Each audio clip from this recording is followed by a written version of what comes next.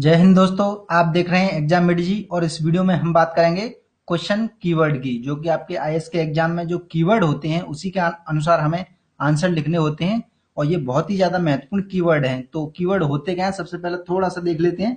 देखिए, जैसे ये क्वेश्चन पूछा गया है आपके सामने, तो इसमें कीवर्ड है स्पष्ट कीजिए। इस वाले क्वेश्चन में है समालोचनात्मक परीक्षण कीजिए और इसमें कीवर्ड है चर्चा कीजिए। तो आप इसे ये सोचेंगे ये बहुत ही ज्यादा इंपॉर्टेंट फैक्ट है। आपको आंसर देने में इन्हीं को ध्यान में रख के आपको आंसर देना है। तो चलिए बात कर लेते हैं जितने भी कीवर्ड हैं उनके बारे में। और आगे बढ़ने से पहले मैं कहना चाहूंगा, जिन्होंने सब्सक्राइब नहीं किया अब तक सब्सक्राइब कर लें, क्योंकि हम ऐसे ही वीडियो बनाते हैं और आपके स्टडी से रिलेटेड जो भी चीजें हैं हम उसको आपके सामने रखते हैं सरल करके। तो सबसे पहला कीवर्ड है व्याख्या करना। तो व्याख्या करने के अंतर्गत अगर आ जाए तो आपको क्या देना है, दिए गए कथन को सरल बनाया जाए। बस जो आपको कथन दिया गया है, मान लीजिए कोई कथन दिया गया है, उसको सरल भाषा में एक तरह से लिखना है और इस तरह लिखना है कि आपको स्पष्ट हो जाए उसका अर्थ, बस और कुछ नहीं करना। और सरल और सहज तरीके से उसे लिख दें।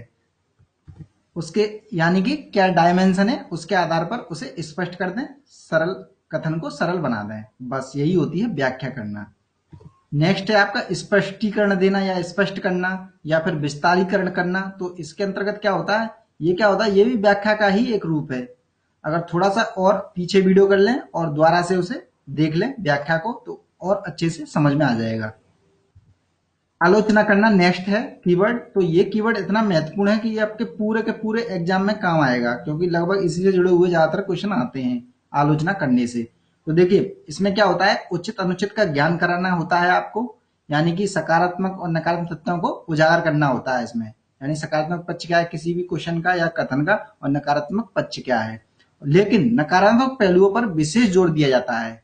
आपको नकारात्मक पहलुओं पर ज्यादा एक तरह से बात करनी है, क्योंकि आलोचना जैसी बात हो रही है ना, तो नकारात्मक पहलुओं पर बात हो रही है और अंत में एक प्रभावपूर्ण जो है निष्कर्ष दे देना है। तो ये हुआ आलोचना करना।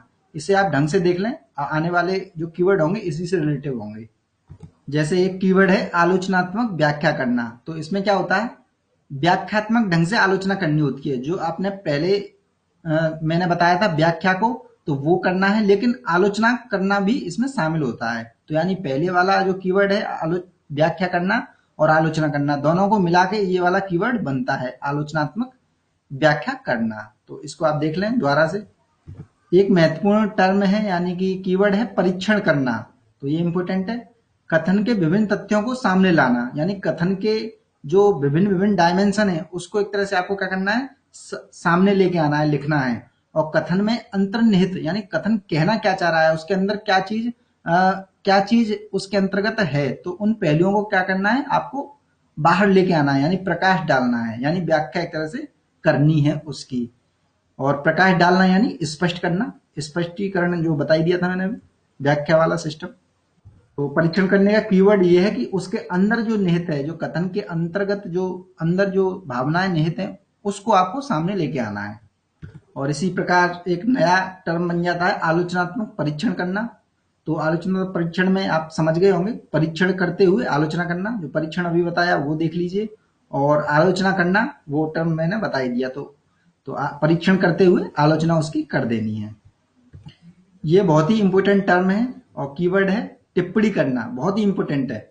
इसमें क्या होता है, अपना मत प्रकट करना होता है, और चाहे आपका मत कथन के विरोध में हो या फिर कथन के समर्थन में हो, यानी कि आपकी जो अंदर है उस कथन के बारे में चीजें जो आपके अंदर आ रही हैं, सकारात्मक आ रही हैं, नकारात्मक आ रही हैं, आप सारी चीजें लिख दीजिए। लेकिन उसका समर्थन भी कीजिए। जैसे आपने नकारात्मक पक्ष विरोध में करा तो उसके तथ्य देने पड़ेंगे आपको। ये होता है टिप्पणी करना, यानी टिप्पणी यानी आपका अपना मत प्रकट। और संतुलित विचार भी दे सकते हो आप, चाहो तो नेगेटिव और पॉजिटिव दोनों को मिक्स करके एक तरह से सकारात्मक एक संतुलित विचार भी दे सकते हो। और टिप्पणी से ही बनता है एक नया टर्म, यानी कि कीवर्ड आलोचनात्मक टिप्पणी करना। तो वही सेम टर्म है जो हम देख रहे हैं, टिप्पणी वाली प्रवृत्ति के साथ आलोचना करना। जो टिप्पणी अपना मत प्रकट करते हुए उसे नकारात्मक पक्षों को थोड़ा सा ज्यादा एक तरह से उस पर ध्यान दे दें, तो ये दोनों ही हो जाएगा। और दोनों को फिर से समझ लें, पीछे बैक कर लें थोड़ा सा वीडियो, दोनों टर्म को, टिप्पणी को देख लें दोबारा से, आलोचना को देख लें, और अच्छे से समझ में आ जाएगा। नेक्स्ट आता है आपका समीक्षा करना। तो ये बिल्कुल ही आलोचना करना जैसा ही है। तो आलोचना करना आप समझ ही गए हैं। तो सकारात्मक और नकारात्मक पक्ष उसके लिखना किसी भी, लेकिन नकारात्मक पक्ष पर ज्यादा एक तरह से हावी हो जाना, एक तरह से नकारात्मक पक्ष को एक तरह से ज्यादा उभार के लेके आना, तो वो होता है आलोचना करना या समीक्षा करना। ये भी बहुत ही ज्यादा महत्वपूर्ण टर्म है। मूल्यांकन करना या फिर तुलनात्मक मूल्यांकन करना, ऐसे आ जाएंगे क्वेश्चन में, आईएएस के एग्जाम में। मूल्यांकन करना, तुलनात्मक मूल्यांकन करना, तो इसमें क्या करना है आपको, गुण दोष सहित वर्णन कर देना, यानी व्याख्या कर देनी है, जो हमने सबसे पहले देखा था व्याख्या करने का। तो उसमें इसमें क्या करना है आपको, गुण और दोष दोनों बता के एक तरह से उन दोनों की ही व्याख्या कर देनी है बस। तो यही होता है मूल्यांकन करना या फिर तुलनात्मक मूल्यांकन करना।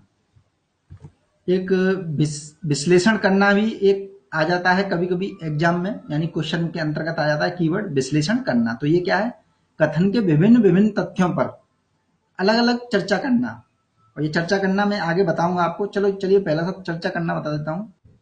सबसे पहले देख लेते हैं विवेचना करना। तो विवेचना करना भी आ जाता है एक तरह से कि इस क्वेश्चन की विवेचना कीजिए, कथन की विवेचना कीजिए। तो ये क्या है, किसी विषय के बारे में आप जो कुछ भी जानते हैं उसे सिलसिलेवार ढंग से लिखना, यानी कि आपको सकारात्मक नकारात्मक जितने भी डायमेंशन बताए वो सारे के सारे उस कथन के बारे में आपको लिख देने हैं, या फिर उस जो क्वेश्चन पूछा है उसके बारे में आपको लिख देना है, लेकिन सिलसिलेवार ढंग से लिखना है। और इसके लिए क्या होती है, विवेचना करने जैसे ही अगर टर्म आ जाता है, इसके लिए विशेष अप्रोच की जरूरत नहीं होती है बिल्कुल भी, कि आपको सकारात्मक ही लिखना है या नकारात्मक लिखना है या फिर उस क्वेश्चन पे ही फोकस रहना है। इसमें क्या करना है आपको, बस विषय के बारे में जो कुछ भी पता है आपको वो सब लिख देना है सिलसिलेवार ढंग से। और इसी से बनता है टर्म चर्चा करना। ये भी एक तरह से विवेचना का ही रूप है। तो अब हम समझ चुके हैं चर्चा करना क्या होता है, कि आप जो कुछ भी जानते हो किसी भी चीज के बारे में वो सब कुछ सिलसिलेवार ढंग से लिख देना। अब देख लेते हैं वो वाला टर्म जो अभी हम देख रहे थे, विश्लेषण करना।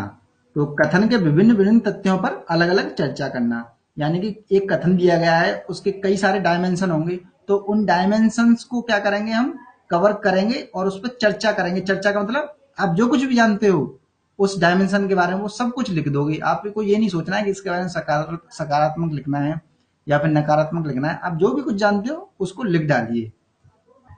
ये आ गया विशद विवेचना करना। एक शब्द ये भी आ जाता है कभी कभी, विशद विवेचना करना। तो जो विवेचना करना अभी हमने देखा था, यहाँ पर देखिए कि क्या करना है आपको, वही चर्चा करना या विवेचना करना एक ही बात है। और इसमें क्या होता है, विशेष अप्रोच की जरूरत नहीं होती है और सिलसिलेवार ढंग से लिख देना जो कुछ भी आपको पता है। तो यही आपको विशद विवेचना में करना है, लेकिन विस्तृत रूप से। विस्तृत रूप से अगर आप विवेचना कर देंगे तो वही हो जाएगा विशद विवेचना करना। और एक और टर्म आता है विस्तार करना। ये सबसे बड़ा टर्म है एक तरह से, लास्ट टर्म में विस्तार करना। विस्तार करना क्या होता है, विशद विवेचना का ही और विस्तृत रूप है ये। यानी एक तरह से सबसे पहले क्या आया था, विवेचना, जिसमें आपको चर्चा करनी थी, बिना कुछ सोचे समझे जो कुछ जानते हो आप लिख दो। इसमें क्या है, फिर आया था विशद विवेचना आया था। विशद विवेचना विस्तृत रूप से विवेचना करना। और ये आ गया विस्तार करना। ये इनसे भी बड़ा टर्म है, यानी कि जो कुछ भी पता है आपको विस्तार पूर्वक एक तरह से लिख दीजिए। विशद विवेचना का ही एक विस्तृत रूप है ये विस्तार करना। दोस्तों इस वीडियो में बस इतना ही। जिन्होंने सब्सक्राइब नहीं किया सब्सक्राइब कर लें, उस वीडियो को लाइक करें, या फिर आपको समझ में ना आया कोई चीज तो आप कमेंट बॉक्स में लिख सकते हो, क्योंकि वैसे तो मैंने सारी चीजें बता दी हैं, लेकिन फिर भी कोई चीज नहीं समझ में आती है बारीकी एक तरह से। और आप इसको बार बार देख लें इस वीडियो को, चाहे तो डाउनलोड कर लें इस वीडियो को, बार बार और अपने पास रखें, क्योंकि ये टर्म बहुत ही ज्यादा इंपॉर्टेंट है क्वेश्चन पेपर लिखने के लिए। क्योंकि आपको पता है कि आप लोगों से मिलते हैं और उनसे पूछते हैं कि आपका क्वेश्चन पेपर कैसा गया, तो सभी बोलेंगे कि अच्छा गया, लेकिन ये कीवर्ड जो है उसके अनुसार न लिखने के कारण नंबर बिल्कुल पूरे के पूरे कट जाते हैं, और ऐसा लगता है कि हम तो यार अच्छा करके आए थे, लेकिन वो अच्छा नहीं कर पाते हैं। और जिन्होंने पुराने वीडियो नहीं देखे आपकी स्क्रीन पर आ चुके हैं, देख लें उन्हें। तो देखते रहें एग्जाम मेडी जी। जय हिंद, जय भारत, धन्यवाद।